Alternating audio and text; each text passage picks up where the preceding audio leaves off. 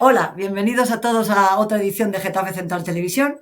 Hoy tenemos con nosotros a Rafael Benito, el director del Teatro Lauda, que ha presentado el 11 de octubre en Getafe su última obra, de Medea Treno, y queremos charlar contigo y que nos cuentes un poquito pues, sobre esa obra y bueno, un poquito sobre el teatro, ¿vale? Muchas gracias por Muy bien, concedernos esta entrevista. Muy a bien, vosotros, de verdad. pues lo primero que te quería preguntar es cómo surge la idea de fundar Alauda Teatro y cuál fue la motivación para empezar este proyecto. Bueno, yo terminé la Escuela de Arte Dramático en Madrid pues en el año 83, o sea, hace ya mucho tiempo. Y entonces, bueno, pues lo que ocurre es que cuando acabas de eso, de repente es como que ya tienes licencia para ser actor. em, Hay muchas posibilidades, ¿no? Pues hacer currículum, mandarlos a los sitios, intentar entrar en televisión, hacer cine, eso. A mí la verdad es que el teatro es lo que me llamó la atención cuando yo empecé a estudiar en la escuela y entonces tenía clarísimo que yo iba a hacer teatro. Entonces también hay más posibilidades, o intentar entrar en el teatro contratado como actor o empezar a imaginar proyectos y a poder desarrollarlos con grupos de gente. Y eso es el camino que yo elegí, ¿no? La cuestión es que después de la escuela, en el año 83, pues hasta el 87, fundamos una compañía con compañeros míos de la escuela y a partir de ahí, pues bueno, pues las cosas cada uno fue por un lado y a mí me empezó a interesarme mucho también la escritura teatral, aparte que siempre he trabajado haciendo escenografías, entonces montamos una compañía y con esa compañía pues llevo trabajando pues eso desde el año 89 hasta hoy. Fenomenal. Muy bien. Y también quería saber qué papel han jugado vuestras formaciones individuales, arte dramático, música, en la creación y evolución de la compañía. Bueno, el estudiar arte dramático, fíjate tú, lo que os contaba antes que acabé en la escuela, yo todavía no he recogido el título, ¿sabes? Nunca pensé que me iba a ser muy útil, no, a no ser para opositar, para hacer oposiciones como profesor en una escuela oficial. Entonces ahí se quedó, ¿no? En realidad, yo en la escuela la verdad es que estoy muy agradecido de haber estado esos 3 años, porque ahora ya es universitario, antes era una escuela superior, entonces eran únicamente 3 años. Eh, Reconozco que tuve muy buenos profesores que me abrieron muchos caminos, más luego los que encontré con otra gente, otros directores que me abrieron otros caminos distintos, ¿no? Entonces, a partir de ahí, empiezas a trabajar, empiezas a leer, empiezas a buscar, empiezas a ver teatro. En aquel momento yo vivía en Madrid, existía lo que no existe ahora, ¿no? Una gran pobreza cultural, ¿no? Porque cada vez hay más teatro, digamos, industrial, ¿no? Industrial o demasiado oficial, ¿no? Con demasiado dinero y con demasiados plazos a la hora de hacer las cosas. Entonces, en aquel momento existía el Festival Internacional de Teatro, una maravilla absoluta.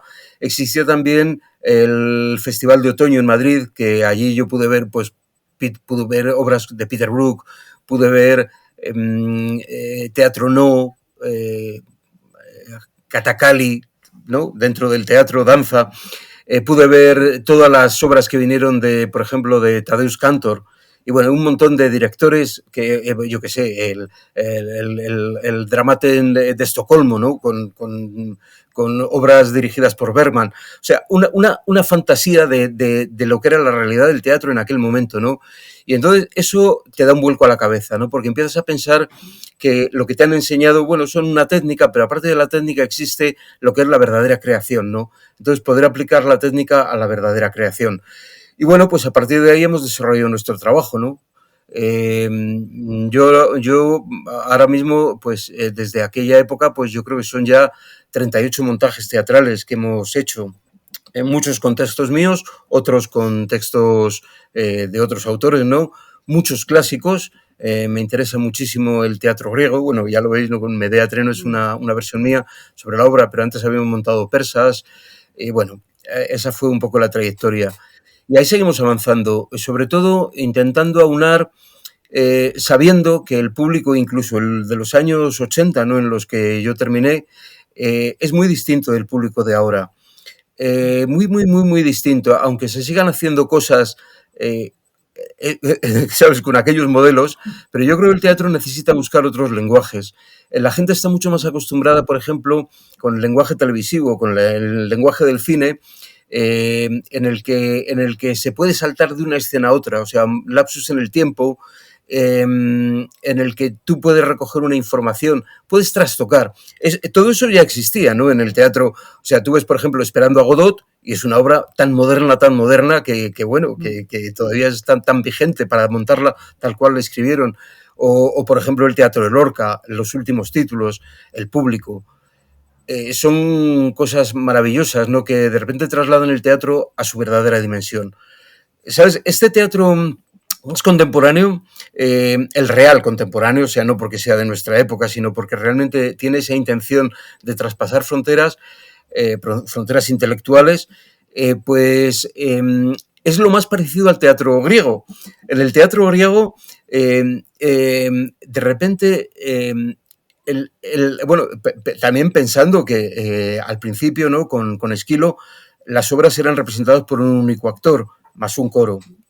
Este actor representaba, pues, no sé, representaría a todos los personajes, me imagino, no hay documentación sobre eso, pero había unos saltos, ¿sabes?, de la realidad a lo que es la ficción teatral, o mejor, la estilización de la realidad en el teatro, que ahora muchas veces se renuncia y son obras excesivamente cotidianas. Y ya si hablamos de televisión ya nos volvemos locos. O sea, es tan cotidiano que es aburrido, es casi perverso, ¿no? O sea, el intentar meterte dentro de una familia, pero bueno, eso son cosas menores, ¿no? Eso es como el mundo del entretenimiento, que muchas veces se confunde con el teatro. El mundo del entretenimiento no tiene nada que ver con el teatro, aunque el teatro, su primera premisa es entretener, como decía Bertolt Brecht, ¿no?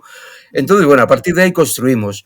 Y ya os decía, son muchas obras, mucho andar, muchos asistir a festivales, muchas cosas. Y luego, contestando la pregunta tuya, en realidad la compañía Lauda la fundamos Isabel Sobrino, que es mi mujer, mi compañera, y yo. Luego, a partir de ahí, contratamos actores, a veces buscamos gente por otro lado, colaboradores, pero el núcleo de la compañía somos nosotros dos. Y lo mismo que yo te comentaba de la preparación mía como actoral, Isabel, ella es, vamos, es violonchelista, toca también, es también licenciada en viola de gamba y es músico por excelencia, ¿no? Entonces hay una parte muy grande, mucho peso que recae en ella, porque la música, ¿sabes? No es solamente la música, lo que entendemos por la música, ¿no? Los sonidos y una voz o algo así. La música es ritmo y la música es poesía auditiva. Exactamente. Y entonces eso significa que a la hora de los montajes su colaboración es esencial, por lo menos para mí, ¿no? O sea, es un tándem que funciona así. Y yo hay muchas cosas, incluso el ritmo a la hora de montar las cosas, yo puedo figurar como director, pero en realidad todas las direcciones han sido compartidas con ella. Y entonces hay cosas de ritmo que no las entiendes de una manera intelectual, sino que necesitas entenderlas de otra manera. Y muchas veces eso lo aporta la música. En la obra Mediatreno, por ejemplo, está plagado de músicas, ¿no?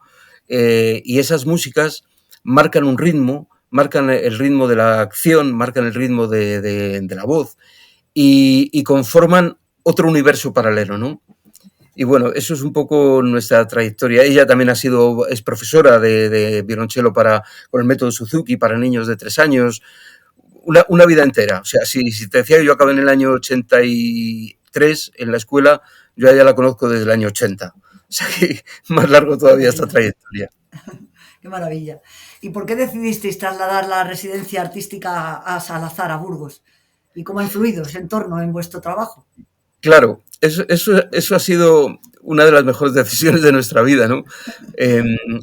Vivíamos en Madrid, ¿no? En Madrid, además en la calle Lavapiés.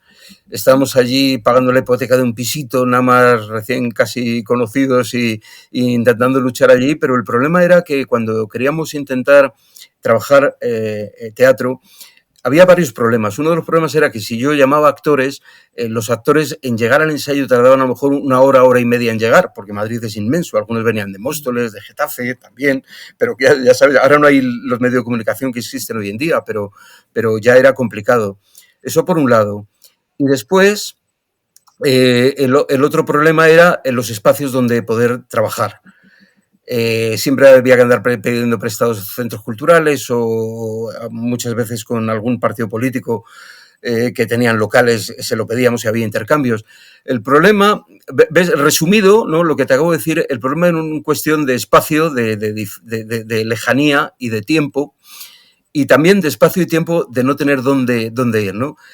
Por casualidad encontramos este pueblito, Salazar, que está pues, a 315 kilómetros de Madrid, creo.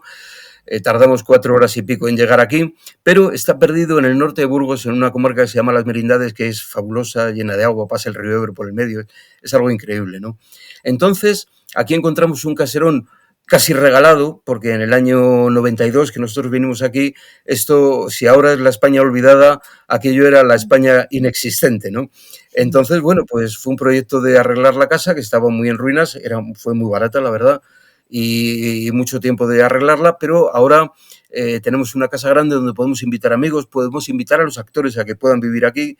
En los ensayos tenemos lo que eran los antiguos pajares, unos pajares que miden 15 metros de largo, 6 de ancho y 7,5 de altura, o sea, una sala maravillosa que está convertida en teatro. Podéis buscar en internet teatro La Realidad.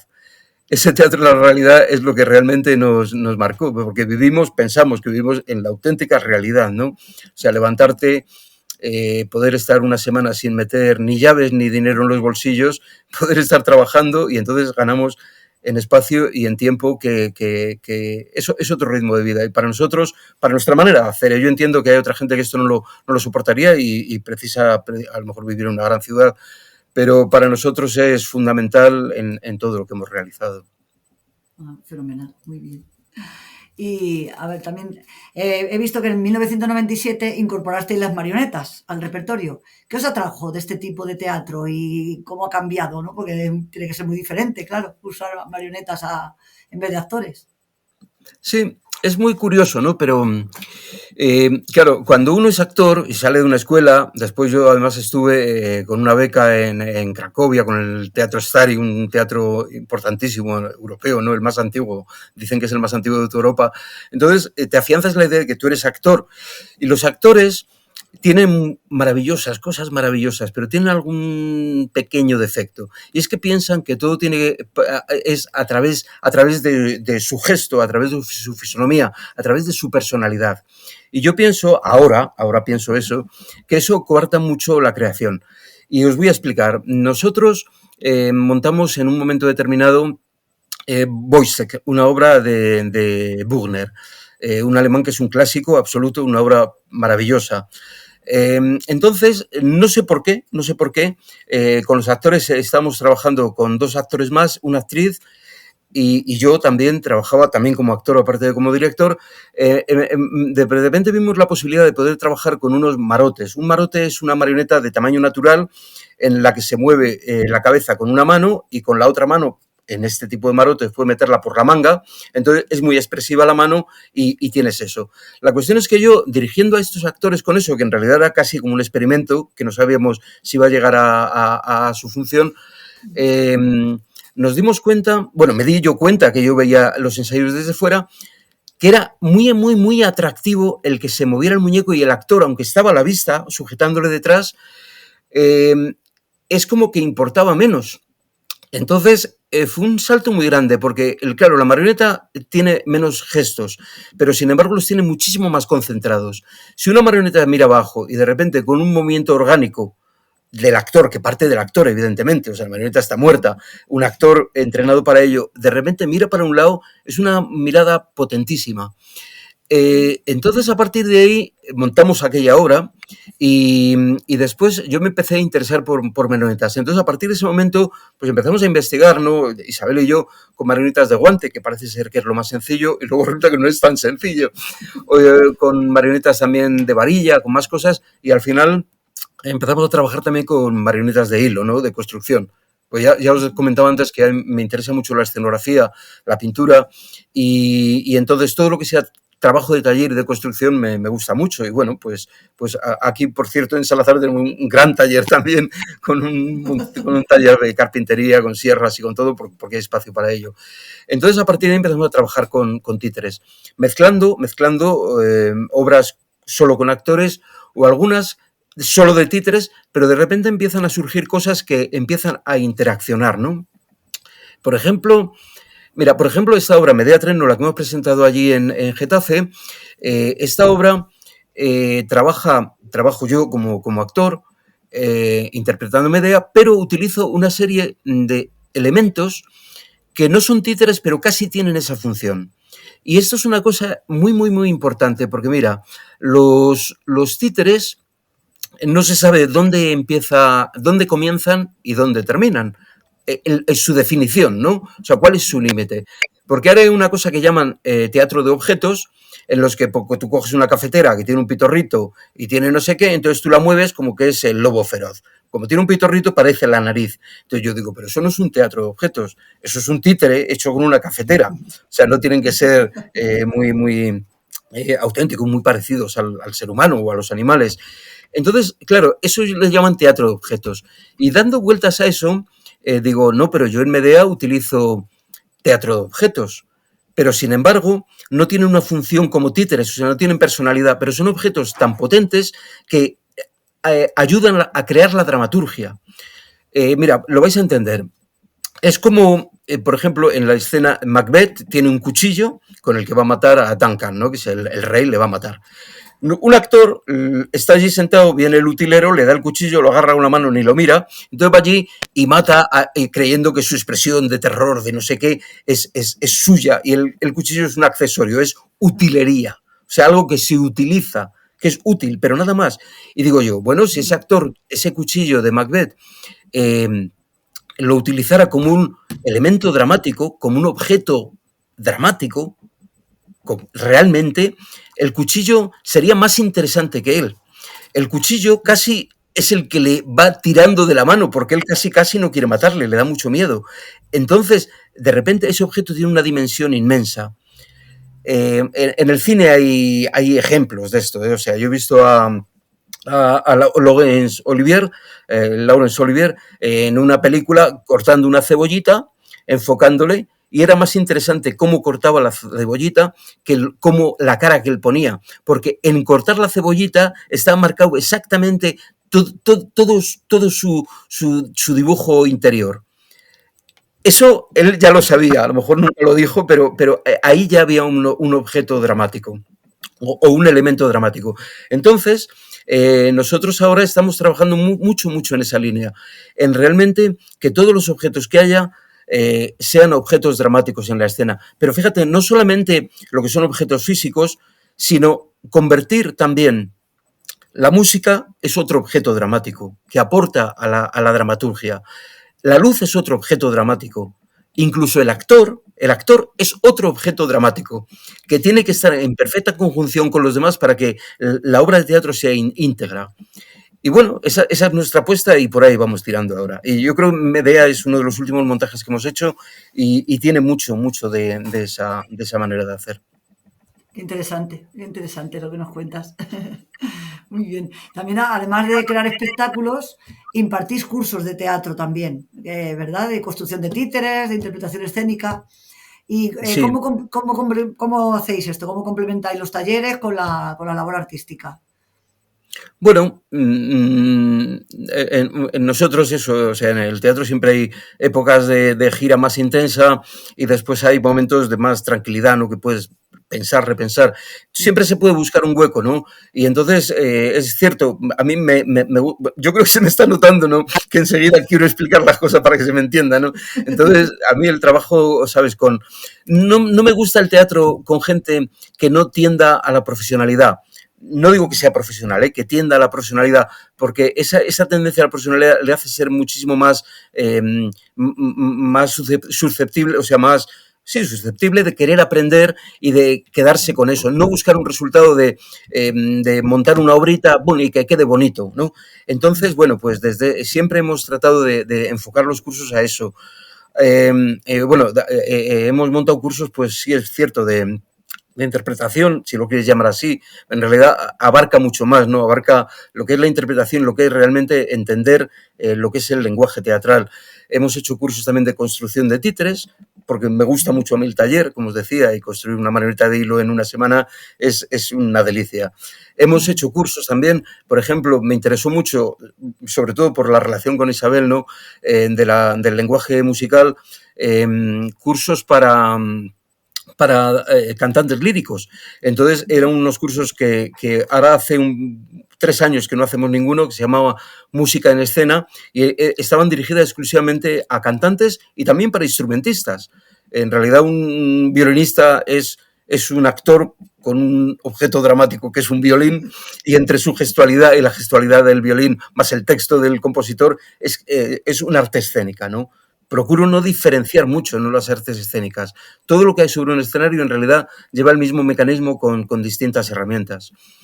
Y bueno, pues ahí estamos. Ahora hemos retomado, porque cambiamos, tenía un taller antes en otro sitio, ahora lo hemos colocado aquí en una parte de nuestra casa, en el Teatro La Realidad, y vamos a retomar esos cursos ahora para primavera, tanto de construcción como para actoral. Estoy viendo, en estas cosas yo nunca sé dónde mirar. Yo miro aquí al medio, pero en realidad no es el medio donde me apunta. O sea, lo mismo me veis que miro abajo, miro a un otro. En realidad es que no sé dónde está la cámara en este ordenador. Pero bueno, ya me perdonáis el no dirigirme a los ojos vuestros. Muy bien. Yo no soy de cine. Yo no soy de cine, yo soy de teatro. Tú eres de teatro, que no tiene nada que ver, ¿verdad? Es completamente distinto. No se mira la cámara. Muy bien. ¿Y qué proyectos tenéis ahora futuros? ¿O tenéis alguna obra así que puedas contar? ¿Algo nuevo? Sí. Ahora siempre tenemos muchos proyectos, porque una de las características nuestras es el no, ¿sabes? El no coger un proyecto teatral y en 4 meses solucionarlo, ¿no? O sea, el tenerlo ya previsto, ponerte a trabajar y eso. Los proyectos nuestros tardan en elaborarse 4 años, 5 años. Es así. O sea, sí, lo que pasa es que entre medias hay otras cosas, ¿no? Pero nunca hay la prisa de querer estrenar, porque somos una compañía de repertorio, tenemos cosas para poder seguir mostrando, entonces no hay prisa por acabarlas nunca, ¿no? Y ahora mismo sin bromas, o sea, hay 3 proyectos que están absolutamente en marcha, ¿no? Aparte de las giras, ¿no?, que estamos haciendo ahora, una gira muy intensa, que ahora si queréis os hablo un poquito de ella, y bueno, pues ahora mismo estamos preparando primero una instalación, ya tenemos otra que es precisamente con artilugios mecánicos, de colaboradores nuestros que dominan perfectamente la tecnología, la construcción en 3D, corte con máquinas láser. Entonces construimos marionetas, por ejemplo, en una que se llama Ingenie Máquina, es una marioneta de 5 metros que pueden mover los niños, ¿no? Entonces, en esa instalación ahora estamos construyendo una que se llama Caballos, que se va a estrenar en noviembre, que son unas 40 máquinas, o sea, autómatas a manivela, mecánicos, sobre caballos. Son 40 revoluciones de caballos que cada uno hace una cosa. Desde un indio que dispara una flecha, un mongol que también va con una lanza, un montón de cosas. Y eso va en una carpa y bueno, pues estamos en eso. Estamos preparando también otra producción que hasta dentro de 2 años, por lo menos, nos saldrá, que es sobre el mito de Odiseo. Un poco del estilo, en realidad entraría casi como en un grupo de obras sobre esto, que es también el personaje de Odiseo, tratado de la misma manera que Medea, ¿no? Porque en Medea, por ejemplo, el texto de Eurípides se ha utilizado, pues yo creo que hay un parrafito nada más. Lo demás es una composición de muchas obras distintas. O sea, hay un texto de Nietzsche, hay un texto de Hölderlin, el poeta alemán, hay textos de Marguerite Yourcenar, y de varios poetas, de Keats, un poeta inglés, y de más gente, ¿no? Entonces, es un conglomerado de textos que, ya te digo, durante mucho tiempo, de repente te vienen a la cabeza los recuerdos, o los lees en ese momento, o los reconoces, o les oyes a otro, y es como que todo eso puede ir mezclándose y va conformando el cómo contar una historia. Entonces, es curioso que en Medea, aunque no hay un texto teatral, o sea, sí es un texto teatral, pero no es un texto como un guión en el que todo va de una manera, en realidad cada poema está hablando casi de cosas que no tienen nada que ver, pero sin embargo la obra se entiende perfectamente desde el principio hasta el fin, incluso gente que no conoce el mito de Medea. Eso es interesante. sobre todo porque le dejas la libertad absoluta al público para que él componga lo que quiere ver. Evidentemente en esto, si no hubiera una puesta en escena en la que existe, lo que os decía antes, realmente objetos o elementos dramáticos que vayan marcando un paso y que den pistas, de repente tú escuchas un poema y tú lo amoldas, eso que estás escuchando, que a lo mejor no tiene nada que ver con el mito de Medea, lo amoldas a lo que estás viendo y de repente cobra sentido, como cobró sentido en mi cabeza cuando yo empecé a componerlo, ¿no? Es muy divertido y bueno, pues la experiencia también a la hora de representarla estamos teniendo un agradecimiento tremendo, ¿no? Por parte de la gente. Bueno, pues en principio estamos en esos dos proyectos, más bueno, luego otra cosa que quiero montar, otra cosa de títere de guante, que también estoy empezando a construir títeres pequeñitos para un teatro a la italiana, que es un teatro en un teatrino napolitano de 50 centímetros de ancho para poder, pero eso es casi como un divertimento. Bueno, ahí andamos. Qué maravilla, pues genial. Pues muchísimas gracias. Creo que nos has metido en el mundo del teatro y que es maravilloso y que espero que tengáis mucho éxito con todo lo que hagáis desde ahora hasta en el futuro y muchísimas gracias por contarnos y hacer que la gente se interese por el teatro y vayan al teatro a veros. Muchas Sí. gracias, Rafael, por Y contarnos. tenemos un momentín, un segundito. Sí, sí, Sí, di lo que no, no, quieras. no, quería nada más comentaros, sobre todo para gente que escuche esto y diga, bueno, desde el principio no se vive del teatro. Nosotros sí, precisamente por venirnos a vivir a un sitio donde teníamos menos dependencia, ¿no? Es complicado y muchas veces hay que tener con una fe grandísima y sobre todo la intención de que lo que tú haces, creer en ello y tener fe también en lo que tú haces hombre, respondiendo a lo que te cuentan los que están cerca de ti, ¿no? Porque os voy a contar algo muy concreto. La obra de Medea, una obra que aquí en España casi no se ha hecho. Se ha hecho en algún festival, se ha hecho en importantes, en el Teatro Principal de Burgos, en varios teatros grandes, o sea, se ha hecho, pero no lo que nosotros hubiéramos querido. Y después, fíjate, esta obra se estrenó en el año 2019. Después de 6 años, de repente este año, bueno, el año pasado, en el 24, mandamos cosas para meterlo en festivales. Y llega al festival, a un festival en el Cairo. Nos vamos al Cairo, allí nos ve una persona y nos contratan en Emiratos Árabes, que hemos estado allí este año, en abril me parece que fue. Curiosamente, esta obra que aquí está, que no es algo que no se aprecia, sí se ha apreciado en Getafe, que nos han admitido a participar con la gran compañía Paranoia. Sí, te quiero decir, no tiene como un desarrollo porque es como, es que es una cosa trágica de griegos, antigua, además lo hace un señor, hace de Medea, es algo como raro, ¿no? Bueno, pues en Emiratos nos dieron el primer premio de todo el festival, de más de 30 compañías que había de toda Europa, más todas las compañías árabes.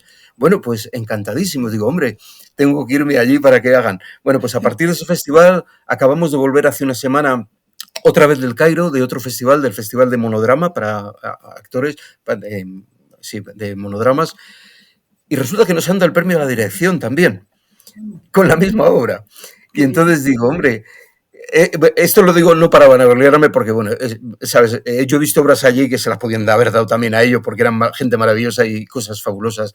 La cuestión es que muchas veces tienes que tener esa fe porque nunca sabes por dónde van a salir los tiros. No estoy hablando de tener éxito, estoy hablando de poder llevar a cabo todos los proyectos y poder, sobre todo, desarrollarlos. Y bueno, pues a veces dan estas sorpresas, ¿no? Y aunque no me hubieran dado el festival, solamente el mero hecho de que me hubieran llamado allí ya hubiera sido algo maravilloso. O sea Qué que bien. a todos los aficionados al teatro, ánimo a trabajar y sobre todo a divertirse trabajando. Qué maravilla, Rafael. Pues muchísimas Bueno, gracias. Muchas a gracias vosotros, de verdad. y ha sido un placer escucharte y que nos cuentes un poquito del arte, de ese arte tan maravilloso que es el teatro. Muchas Muy bien. gracias. Hasta A todos luego. vosotros. Hasta luego. Hasta luego.